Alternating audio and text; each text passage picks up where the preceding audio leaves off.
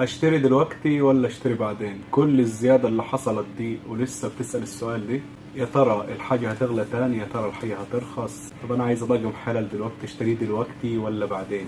لو مهتمة بعنوان الحلقة كمل الفيديو للنهاية، يلا بينا.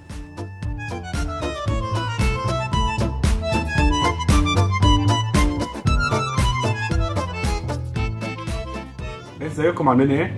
النهارده هنتكلم في موضوع بره الادوات المنزليه خالص، لكن يعني يخص البيع والشراء اللي هو اساس جهاز العروسه. يا ترى الحاجه هتغلى تاني ولا هترخص؟ محدش يقدر يجاوب على السؤال ده بالظبط، يعني محدش بيعلم بالمستقبل، لكن احنا من شهر 2 السنه اللي فاتت ومفيش حاجه موقفه خالص. طيب لو هترخص ازاي يعني؟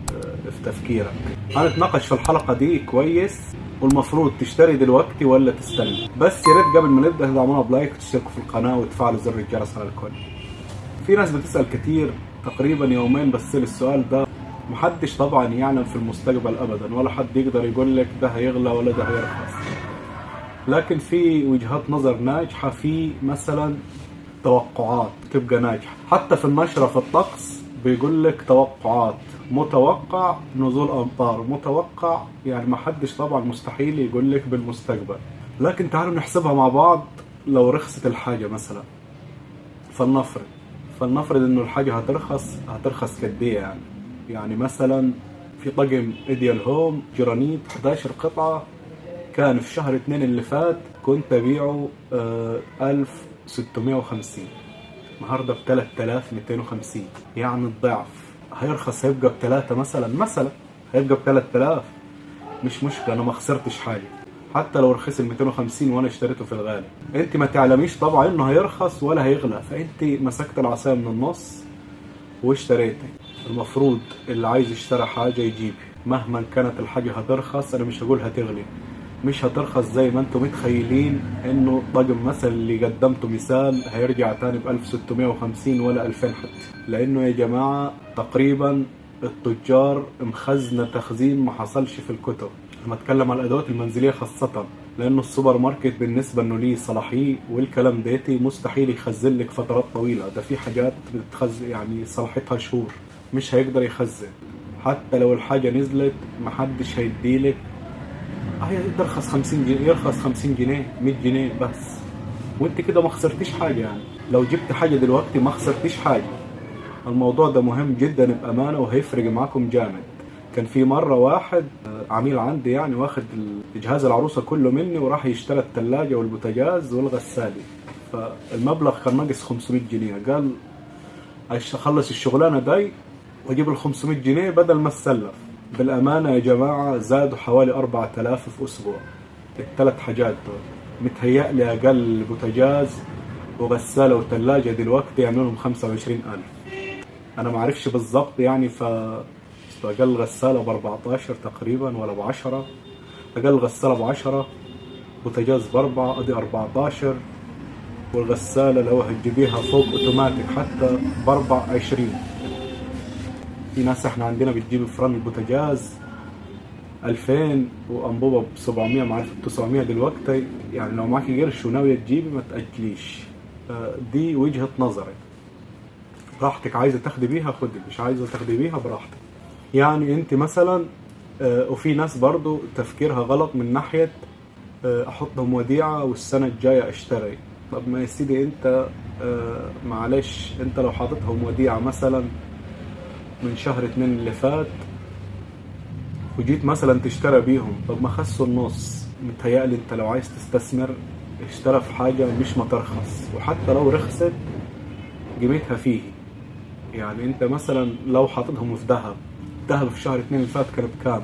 800 900، النهارده ب 2100 بقت. فيعني انت فكر صح. ولو عايزة تشتري اي حاجة اشتريها فورا.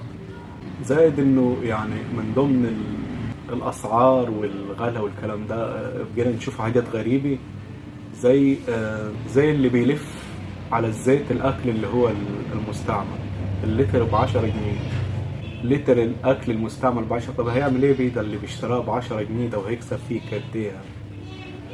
طب هل هيغليه يعني في طريقة على فكرة ممكن تغلي الزيت وتحط لها كذا وكذا، انا مش عايز اقول عشان محدش يستخدم الموضوع ده، يعني ربما ما يعرفوش. هيعمل بيه ايه؟ اللي هو بيشترى الزيت، هل الزيت ده بيتباع تاني يعني ولا زي موضوع النسكافيه والكلام ده اللي طلع سيراميك في الاخر؟ مش عارف احنا وصلنا لغاية فين يعني دلوقتي. يعني كان زمان يقول لك هات الحاجة المغلفة او الكيس اضمن. مثلا يعني لو طفل معاك هياكل حاجة هات بسكوت بدل ما تجيب مثلا سندوتش، يعني البسكوت انضف. دلوقتي مش عارفة تقولي له هات السندوتش ولا هات البسكوت ولا ولا تعرف تجيبي خميرة ولا تعرف تجيبي نسكافيه ولا تعرف تجيبي شاي. ولا فاكرين مسلسل ونيس لما يعني كان موضوع كوميدي كده، لما طلع في شركة نصابة بتاعت الشاي وطلعت معمولة من الخشب، وقال لهم ده انا تلاقيني شارب دولاب لحد دلوقتي. الموضوع يبقى حقيقي يعني. خلوا بالكم، حاولوا تجيبوا من متاجر كبيرة الأكل والشرب، لأنه بقي كله يتقلد دلوقتي حتى الأكل والشرب.